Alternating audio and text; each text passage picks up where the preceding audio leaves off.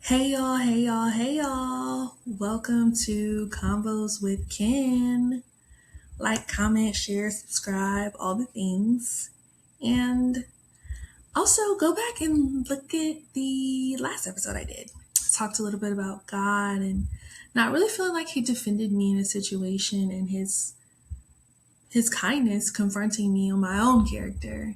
Um, it was pretty honest, I'll say. I won't say it was that deep, but it was honest. And today I think I'll be a little lighter, just kind of sharing my thoughts and opinions on this Christian influencer space. Conversations I've had with friends, conversations I've had with God, conversations I've just had with myself, honestly, about what I think and ways that it can be good, but also ways that it might be a little harmful. And talking with a friend recently, we were pretty much discussing how people, monetize off the name of the Lord. And sometimes it puts this pressure on individuals to perform who are creating the content, but it also puts pressure on this consumer. And influence happens inevitably. Even if you never post it on social media, somewhere within your circle, you are influential and people look to you in your opinion. They trust your thoughts, and that's just life. Everyone has some sort of influence, and everyone is being influenced, right? And I think on social media, there is this, I won't even call it a temptation, but there's almost like this unspoken rule, but it's kind of spoken that you post the good things and you post the fun things. And once you learn an algorithm, you post with the algorithm. And that's where I think it gets in the weeds because we live in a generation, unfortunately, that cares about what other people think a lot. And also, we follow trends very heavy. Other generations follow trends as well, don't get me wrong. But I've noticed that the moment something new comes out, shoes, clothes, a song, an opinion that seems to be popular, everyone sort of gravitates to what's popular in a moment or season. And we can sometimes lack critical thinking because what's popular equals what's right, even though that's not true. That's kind of how we live our life. And I was definitely someone who did that until recently, or I won't even say recently, probably a few years ago. I was like, this is weird. I'm unfollowing a lot of these people. And I did. And I even blocked some because what is going on here? I believe that it's important to think for yourself. I also believe it's important to live your life and run your race. And I've said that in other podcasts. But when you're in this influencing space, you can feel tied up, like you're missing out, or there's something that you need to do because others around you are doing it. And that's dangerous.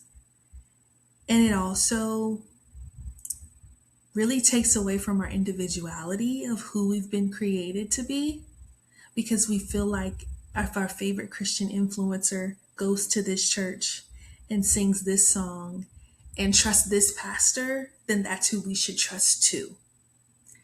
And that's why I say it's dangerous because we don't know these people. You don't know the person on the other end of the screen that you're watching and consuming so much of their content. And you take everything they say as truth. And you never sit back and think, is that correct? You never fact check them biblically. You never ask yourself, does this actually make sense, the thing that they're saying, or is this just a nice soundbite? You don't know for sure if this person lives a life that reflects Christ. And just because someone has a lot of likes does not necessarily mean God is backing them. Anybody can learn an algorithm. Anybody can put the right hashtags. Anybody can get their content into the hands of the right person to help them grow.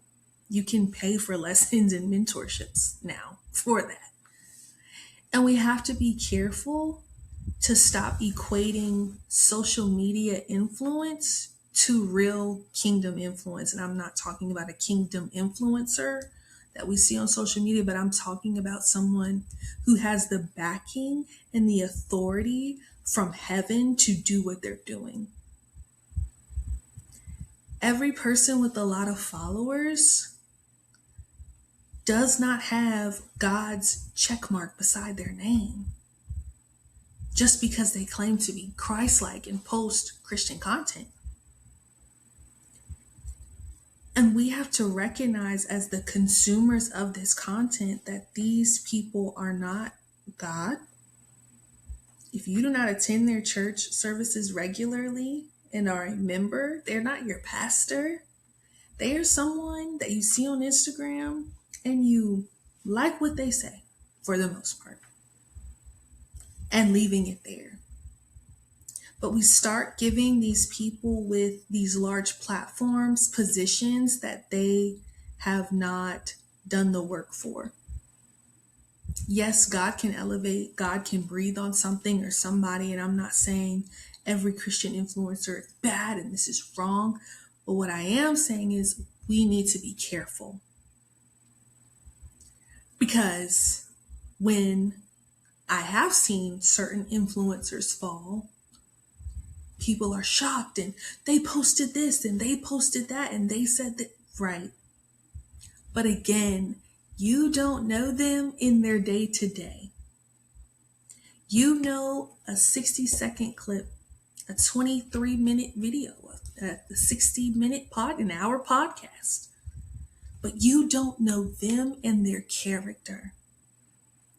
And we give them so much room to speak into our life with their advice and sometimes wisdom. I want to be careful, right? And we give them all this space to speak and have these opinions. And then sometimes we don't even take a step back and say, well, do I actually agree with what they're saying? Or because they're popular and I like them and I like how they dress, or I like the content that they've created, I'm just going to go with it.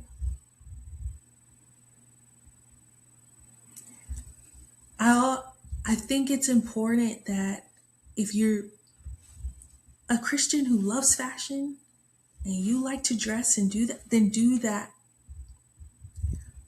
But when we start moving into this space where we want to teach and we want to preach and we want to do these things on our social media platforms, we run into a dilemma of people now taking your theology, taking your opinions and saying, eating it up.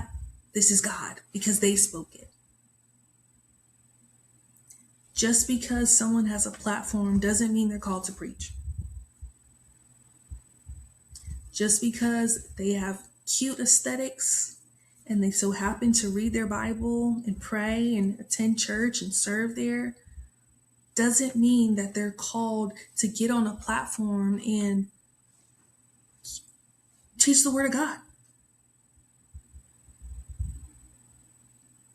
And we have to stop eating it up because sometimes they're not right.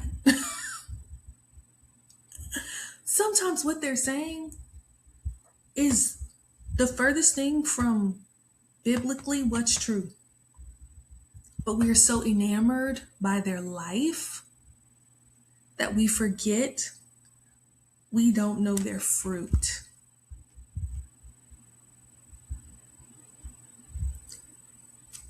We're not even in close proximity with them to know if they're really living out what they're teaching. And some could argue, well, you don't know that about your pastor, but if I'm with my pastor and I'm praying for them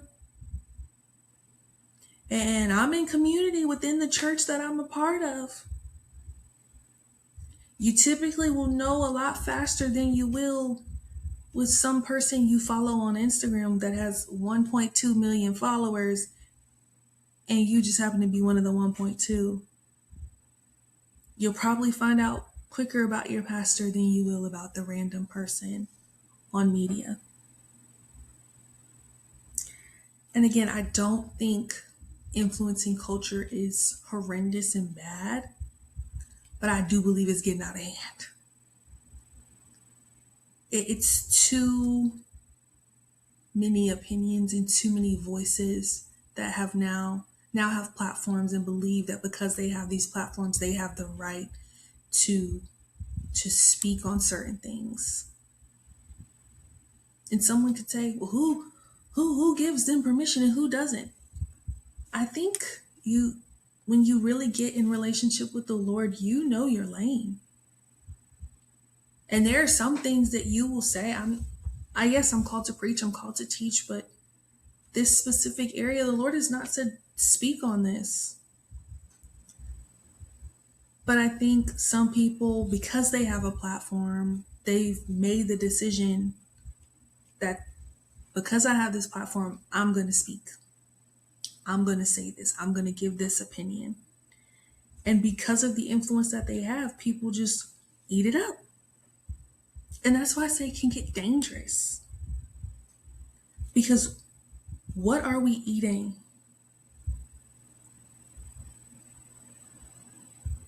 You as the consumer, are you someone who, because you like this person, they dress the way you like, or they have what you want, you just choose to follow them? But do you ever take a step back and say, okay, am I making this person's personality and this person's thoughts my God? Am I becoming something that I'm consuming because I want to attain what they have versus running your race? I made a post a few days ago, or maybe a month ago at this point, and I said, hey, stop worrying about what your favorite Christian influencer is doing. Anybody can make their life look good. Anybody. And be going through one of the worst seasons of their life. And this is no dig, but this is the truth. Stop comparing yourself to what you see online. And I heard a very popular preacher who I really adore and respect. And they said something that I totally agree with. They said, I myself as a preacher and as a minister of the gospel have been doing a better job with just being honest with where I'm at. It doesn't mean that they go on the internet telling everybody their business, but it does mean that they can get on the platform and say, mentally, I've struggled recently and I've taken a break from social media. Please pray for me. And they've done those types of things. And for me, that says this person is letting you know that I am a human and I am not an aesthetic and a soundbite that you enjoy. And that humanity and life happens to me just like it happens to you. Pray for me. And I respect that because I'm like, this is what people need to see. They need to know that behind these platforms, this person is a human and they make mistakes and life happens to them. And there's this other side to it of this constant need, not just for influencers, but just people to run to social media every time they get a revelation or a word or God speaks. You have to be careful with that because we're held accountable for all of these things. And every time you get a revelation, it doesn't even get written down in your notebook. You pull out your camera and the Lord said, blah, blah, blah, blah. Wow. Did you pray about that for a moment? Did you ask the Lord, do I share this now? There have been times where the Lord has shared something with me and he said, hey, like, share this, like hastening me to share it. And the proof is there, right? People will message me and say, like, this broke something off of me. This gave me revelation. This gave me insight. This checked my heart. And then there are other times where I'm like, oh, this would be good to share. And the Lord is like, I didn't tell you to share that, sister. Hello? Don't share that. But in this influencing space, we feel like everything that happens, and when it happens, it's got to be a video. It's got to be a soundbite. And that's just not the case. Sometimes you should keep it to yourself. Everything is not content. Hello? Mm-hmm. Everything is not content. And just because your favorite content creator did it or said it doesn't mean it's correct. Yeah. It does not mean that they are walking upright with the Lord and this is what the Lord is speaking for this hour. We have to be careful. We have to be mindful of what we're consuming. If you constantly find yourself in comparison to your favorite influencers, maybe it's time for you to say, I need to take a break. Yeah, you do. You need to take a moment and reflect and say, why am I so obsessed with this individual? Why am I feeling a little upset that I don't have this or I don't have that or my life doesn't look like this? Could it be the people that you're following? Could it be that you've consumed so much of someone else's life that you're not even able to see and appreciate your own? Could it be that you've seen this person's day in the lives and paragraphs that they've written in their captions and the videos and the reels, and you've gotten so enamored with them and you know so much about them that you don't even know what God is doing in your own life. Therefore, you've become ungrateful. You find yourself hating what God has placed before you because you don't like that it doesn't look like your favorite influencers. And then you have this influencing culture that makes it seem like their thoughts and their way of doing things is the only way. And because we as consumers are so easily influenced, we think that if it's not being done their way, then that means we're not doing it God's way.